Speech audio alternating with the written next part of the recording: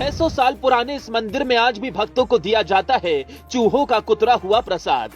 करणी माता के इस रहस्यमय मंदिर की कहानी सुनकर आप भी अचरज करेंगे। मंदिर में करीब 20,000 चूहे माता की आरती के समय आते हैं बाहर। भारत में सैकड़ों चमत्कारिक और रहस्यमय मंदिर हैं। उनमें से कुछ मंदिरों को आपने देखा भी होगा और कुछ के रहस्य को अभी तक सुलझाया नहीं जा सका है। आज हम आपको ऐसे ही एक मंदिर से रूबरू करवाएं जिसकी महत्ता अपने आप में अचरज भरी है। 600 साल पुराने इस मंदिर में आज भी भक्तों को चूहों का कुतरा हुआ प्रसाद दिया जाता है, जो कि भक्तों के लिए कष्ट निवारक और मां की कृपा बरसाने वाला होता है। बताया जाता है कि करणी माता के इस मंदिर में करीब 20,000 चूहे हैं जो हर रोज माता की आरती के समय बाहर आते हैं। आइए अब हम आपको दिखाते हैं कि क्या है इस 600 साल पुराने मंदिर के चमत्कारिक रहस्य और कैसे लोगों में छाई हुई है करणी माता की आस्था।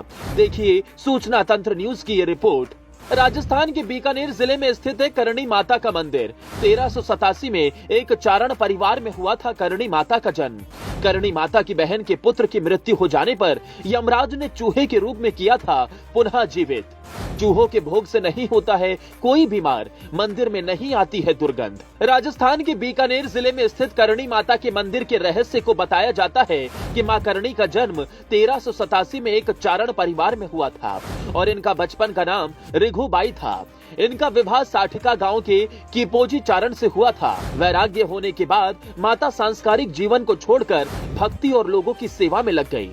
ये भी कहते हैं कि सांस्कारिक जीवन छोड़ने के पूर्व उन्होंने अपने पति का विवाह अपनी छोटी बहन गुलाब से करवा दिया था। ये भी कहा जाता है कि माता करीब 151 वर्षों तक जीवित रही थी। माता ने जिस जगह पर अपना देह त्याग किया वहीं आज करणी माता का मंदिर बना है।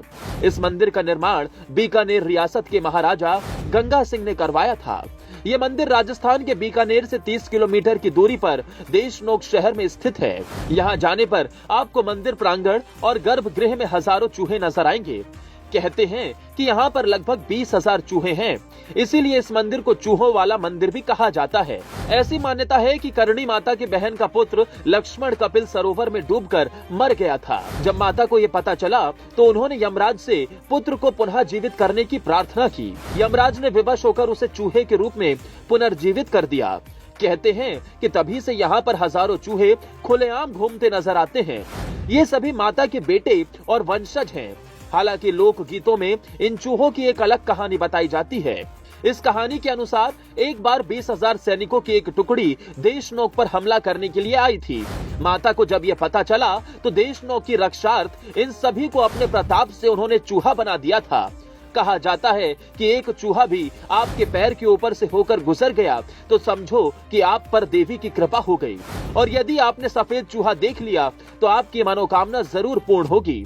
आपको जानकर हैरानी होगी कि यहाँ चूहों का झूठा भोजन बेहद पवित्र माना जाता है।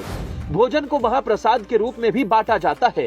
कहते हैं कि इस प्रसाद को खाने के बाद अब तक किसी के भी बीमार होने की कोई खबर नहीं मिली है।